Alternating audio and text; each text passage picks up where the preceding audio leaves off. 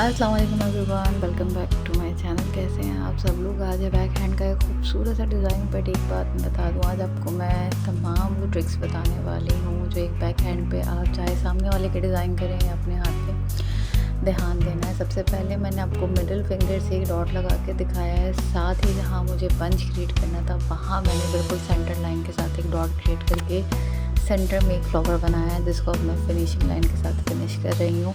Second thing is that जब हम client के हाथ पे ये चीज़ लगाते हैं, हम अपने हाथ पे भी लगाते हैं, तो हमारा एक सीक्वेंस होता है कि हम अपने हाथ को बिल्कुल स्ट्रेट रख कर देखते हैं, ठीक है। अदरवाइज़ अगर क्लाइंट के सामने लगाना है तो क्लाइंट हमारे सामने एक वर्टिकल हैंड रखता है, ठीक है। लेकिन जब एज अ हैंड वो अपना हाथ अपने फेस पे लेके जाता है तो भी वो वर्टिकल होता है, लेकिन हल्का सा जो उसका दरीचा होता है वो चेंज हो जाता है। आपने किस तरीके से इस तरह के डिज़ाइन को क्रिएट करना है, आपने वर्टिकल वे में उनका हाथ जिस तरीके से रखा हुआ है उसी तरह से डिज़ाइन करना है। बिकॉज ऑफ दैट जो पोज़ मैंने आपको बताया है वो ज़्यादातर पिक्चर्स के लिए क्लिक होता है। अदरवाइज़ अगर कोई किसी से कहेगा कि हाथ दिखाएं, मेहंदी बहुत खूबसूरत लग रही है, तो कोई इसी फॉर्म में दिखाएगा जिस फॉर्म में इस टाइम मैं अपना हाथ रख कर लगा रही हूँ।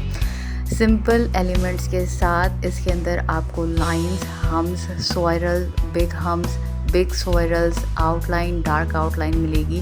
मैंने कोई भी इस तरह का एलिमेंट इस्तेमाल नहीं किया है। सारे बेसिक एलिमेंट्स के साथ आज ये खूबसूरत सा बैक हैंड का डिज़ाइन मैंने यहाँ पे क्रिएट किया है। जब हम बंच बना रहे होते हैं हमें दोनों तरफ सीक्वेंस का ध्यान रखना होता है, यानी कि एक कड़ा, एक बन जो होता है वो एक सेंटर लाइन में बनता है। लेकिन अगर कोई कहता है कि हमें बेल्ट चाहिए, हमें कड़ा चाहिए, तो हमें इस बात का ध्यान रखना होता है कि जो हमारा पहला फ्लावर है वो बिल्कुल मिडिल में बने, और उसी के साथ जो हमारे साइड फ्लावर्स हैं वो बिल्कुल एग्जिस्ट उसी तरह से बने जिस तरीके से हमारी हाथ की कलाई डिज़ाइन हुई है, ठीक है जी।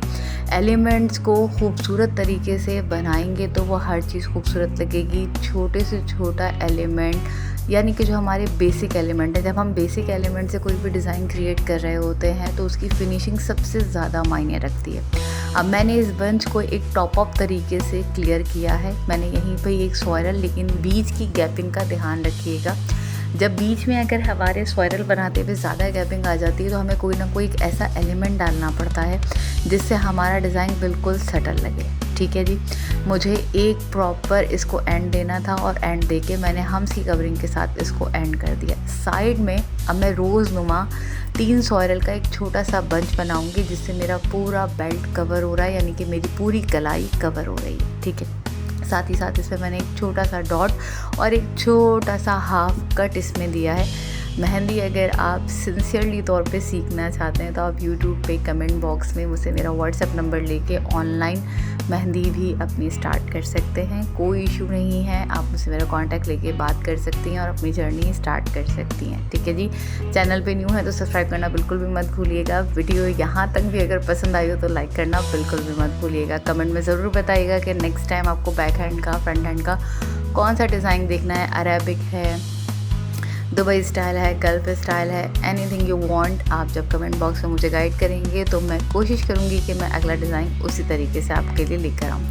जहाँ सेंटर डॉट लगाया था अपने मिडिल फिंगर से, उसी के साथ ही हमने ये कर्व डिज़ाइन क्रिएट किया है। इसको क्रिएट करने की भी मज़ीद एक और टेक्निक है जो आइंदा जब मैं किसी क्लाइंट के हाथ पे ड्रॉ करूँगी तो आपको और मज़ीद तरीके से दिखाऊंगी कि आप इसको कैसे ड्रॉ कर सकते हैं। अदरवाइज़ मैं इसको पेपर पे भी बता सकती हूँ, लेकिन पेपर पे हर एक चीज़ इसलिए नहीं बताती क्योंकि पेपर एक सीधी चीज़ है, उस पर जो काम करेंगी वो सीधा ही होगा। लेकिन जब हम किसी क्लाइंट के या अपने हाथ पे लगाते हैं तो इस पे काम करने का तरीका अलग होता है। साइड कवरिंग में मैंने रोज़ के खूबसूरत से फ्लावर्स बनाए हैं जो कि बेइंतहा ईजी हैं, सॉरल के साथ बनाए जाते हैं। कट्स आप देख रहे होंगे। अगर बीच में कहीं भी आपका ऐसा कट है जिसमें गैप ज़्यादा है तो आपने उस कट को या तो पेटल की लीफ से ही कवर करना है, या जो अभी जब मैं इसकी ब्रॉड लाइन करूँगी आगे जाके आपने उससे कवर करना है। एक चीज़ का ज़रा ध्यान रखिएगा, बैक हैंड पे लगाएं, फ्रंट हैंड पे लगाएं, एक पोरा बना हुआ होता है, एक लाइन खिंची हुई होती है हमारे आगे के हैंड के ऊपर, ठीक है।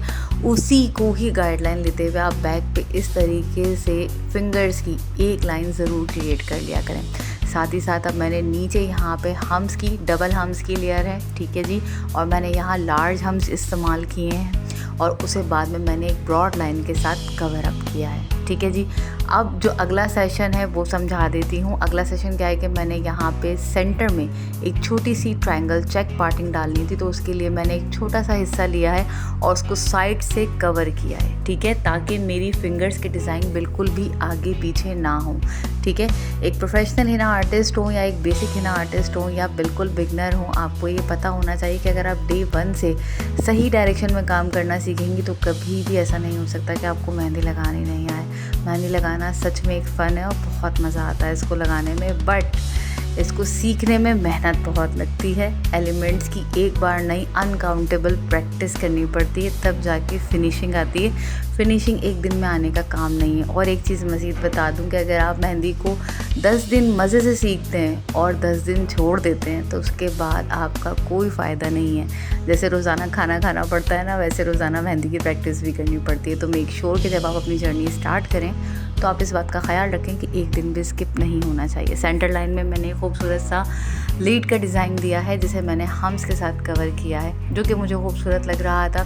जैसे कहते हैं ना, वो उंगलियों में हमने बैक हैंड में कुछ पहना हुआ होता है जिसमें सेंटर फिंगर होती है हमारी रिंग फिंगर, तो उसी के साथ मैंने इसको एक क्रिएट करने की कोशिश की है। डॉट के साथ मैंने इसको एंड डिज़ाइन दिया है। बोल्ड लाइन मैंने सबसे पहले अपनी रोज़ की क्रिएट इसलिए कर ली थी कि अगर मैं पहले ये बना लेती तो मैं अपनी बोल्ड लाइन नहीं क्रिएट कर सकती थी। ठीक है, साथ ही मैंने नीचे तीनों फिंगर्स के ऊपर एक ही स्ट्रक्चर के साथ खूबसूरत से circle circle circle circle circle भी कह सकते हैं, टेयर ड्रॉप भी कह सकते हैं, ये बनाकर साथ ही उसमें हम्स और डॉट की कवरिंग के साथ एंड दिया है। ये मैं आपको अभी थंब पे भी बना के दिखाऊंगी। थंब पे मैंने कवरिंग नहीं की थी।